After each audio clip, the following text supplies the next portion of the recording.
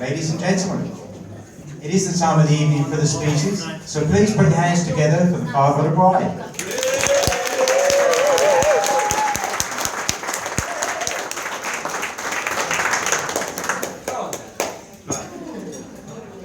My Nan was 93 years old when she died. An incredible lady who lived a long and interesting life, and she was very worldly wise. And I remember her once telling me that syrup of figs was the very best laxative that there is. Well, all I can say is she obviously never did this. Only for sure, this is by no means the first time today that I've risen from a hot seat with a piece of paper in my hand.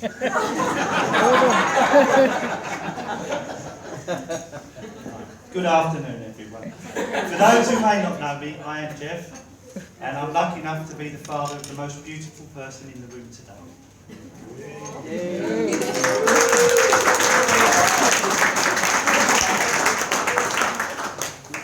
Yeah, I'm Abby's dad, and as custom dictates, I have the pleasure of being able to make the first speech today. I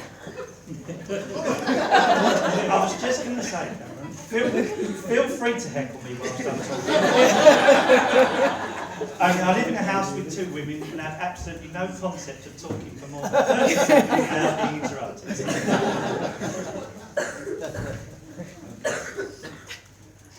So, speaking on behalf of both Abby and Leon's close families, we would all like to offer our warmest welcome to all of you relatives and friends who have joined us here today to celebrate their big day. We all sincerely hope you're having an enjoyable time so far in this beautiful venue. And we're all looking forward to having a great party this evening. Perhaps it will be like when the two antennae got married. Apparently their ceremony wasn't up to much, but the reception was fantastic.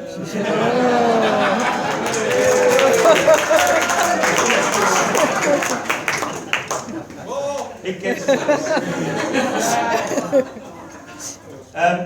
Congratulations, first of all, go to Abby and Leon. Not least for getting married, of course, but for putting this wonderful day itself together. They both had very definite ideas on how they wanted their wedding day to be, and after all the thoughtful planning, hours of organisation, and efforts in preparation from a fantastic support team, I think we can all agree that they have indeed made today the tremendous success they always hoped it would be.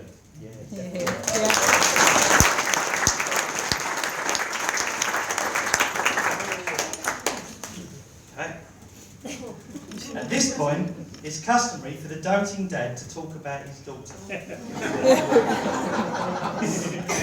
So Abby, here it comes. The time that every bride fears.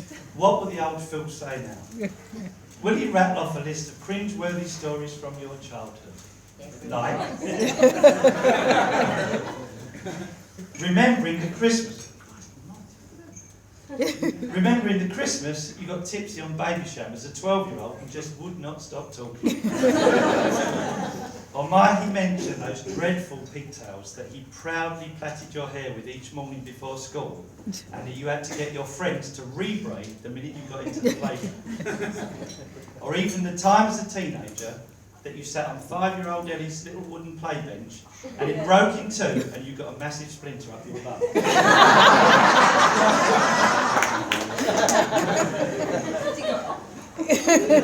No, not quite, I don't. Much as I'm sure there has been plenty of material that I could use over the years, it's not my intention to spend the next few minutes embarrassing you. Only nothing I can say now will, I'm sure, rival any embarrassment you will feel watching my dad dancing later.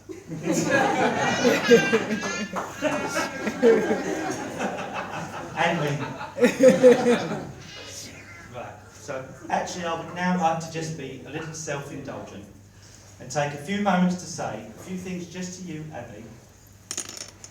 You were the most beautiful baby and the most delightful little girl ever, with just the bluest almond-shaped eyes, and as a child you were so rarely ever naughty and always happy and content. As you grew, we watched you evolve from a quiet, shy young teen into the confident young woman that you are today. Don't look at me.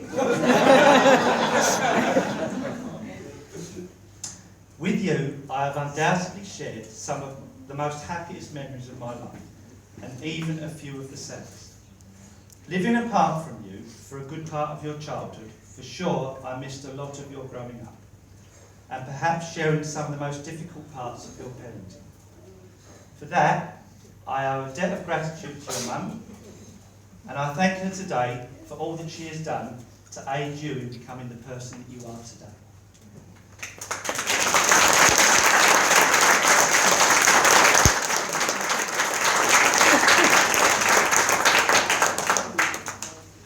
Abby, I could not be any prouder of you. You have just been the very best big sister ever to Fraser, Connor and Ellie. And not only are you my firstborn, my daughter, more than anything, I'm immensely happy to say that you are also one of my very best friends.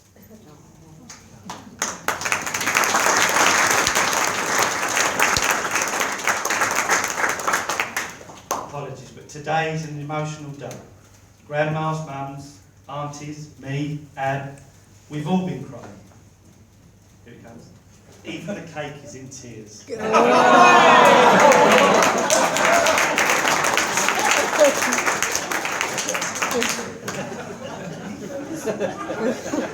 I told you it's worse.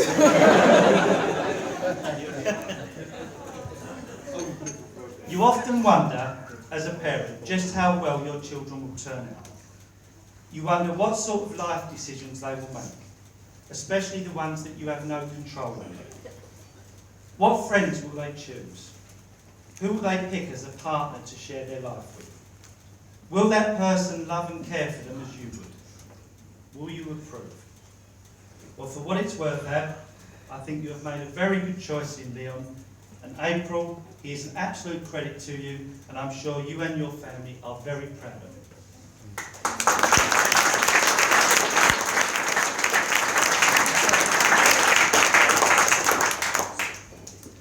And so, I would like to formally welcome Leon, also now into our family.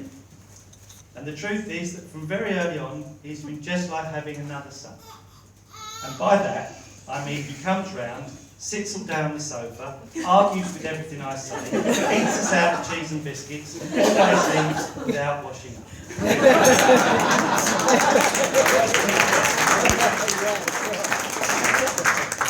I very clearly remember the first time we met Leon. It was at my dad's 70th birthday, where we had a big party. And a couple of days beforehand, Abby asked me could she bring a friend along to Granddad's party. And I thought, fair enough. Why not? That'd be nice. What's her name? Leon, she replied. And I thought, a boy? I remember it like the very first time I used a universal remote. And I thought to myself, well, this changes everything.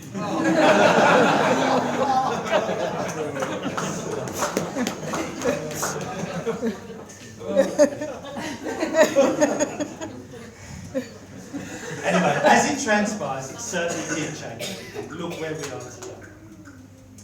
I shan't forget the night, also, over 3 years ago now, one Sunday, when there was a knock at our front door. And it was surprising anyone heard it, to be honest, as it was a few weeks just before Christmas, and we were putting up our Christmas decorations. And unlike in Hollywood movies, this doesn't involve sitting around drinking eggnog, trolling Yuletide carols, casually creating a pristinely festive tree. Oh no. At Tungate Towers, we were involved in a massive 3-way row about tinsel colour schemes. And we got no further than simply putting the tree up and scattering mess and insults around the living room. Ellie eventually answered the door, and I heard her talking to a man. I vaguely thought, I recognise that voice. And she poked her head round the living room door and she said, Dad, it's Leon. He wants to know if he can buy you a drink.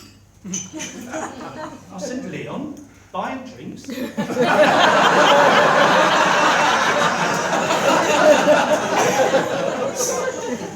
Something serious was going on. So I left the women to sort out the tree, and Leon drove me to the pub. Once there, he sat me down with a pint of beer and very earnestly asked me for permission to marry my daughter. Now that might seem old-fashioned to some, but it greatly impressed me, and was tremendously respectful. It must have been a very nerve-wracking thing for him to do, especially as he also made a similar visit to Sue's house the same day to do the very same thing. We have all known Leon likes to be a bit of a joker, and he appears quite a laid-back character, but over the years I have known him, I have come to know him as someone who does things properly, who handles himself with dignity, who makes considered decisions, and has even proved to be quite romantic on occasion where Abby is concerned. Anyhow, back at the pub, that Sunday, back in December 2012, after about my 6th pint of Stella, I had absolutely no qualms in agreeing that Leon should marry Abby. One thing I actually didn't know about Leon until today is that he is a keen fisherman. Or at least I think he is. Only I'm sure I overheard him saying to Clive earlier this morning that later tonight he was hoping to show Abby his tackle.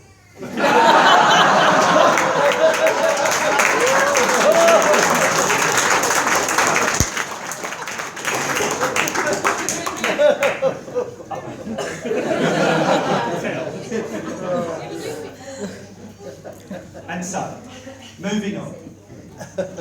A wedding is a time for joy and fun, as friends and family gather with the happy couple to celebrate the start of their new life together. It's a time too when our thoughts surely turn to those people who have meant so much to our families over the years but who cannot be here today. I would therefore like to take a brief moment to remember our loved ones who are no longer with us and who would have been so proud and happy for Leon and Abby to know. Especially Leon, your dad Fred, who I know is with you in part today. So could you please raise your glasses, everyone, and let's toast to absent family and friends.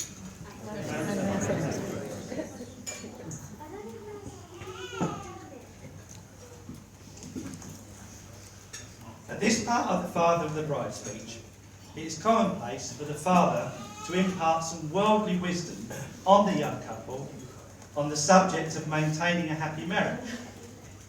Now, I'm not really sure I have the right credentials required to do that myself, so instead I'll use this selection of observations from people far more knowledgeable on the subject than me. A successful marriage is not about finding a person you can live with, it's about finding that person you can't live without. True love is not about perfection, it's about the acceptance of imperfection and being able to love someone for who they are, not who you want them to be. Marriage is not about finding the perfect partner, it's all about being. And lastly, I have one more, just for you, Leon. Make the most of the honeymoon period.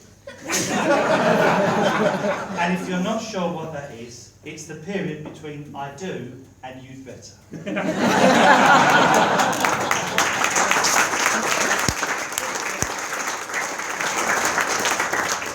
Okay, you've suffered me for long enough now, so I'll sit down and let these boys have a go. I know just how much the headline acts here are looking forward to making their speeches. But before I do that, I would like to finish by proposing a toast. Abby and Leon, I wish for you both fun and excitement for today, hopes and dreams for tomorrow, love and happiness forever. Ladies and gentlemen, can I ask you all please to raise your glasses and join me in a toast to the bride and groom, the new Mr. and Mrs. Barnes, Abby and Leon. Abby and Leon.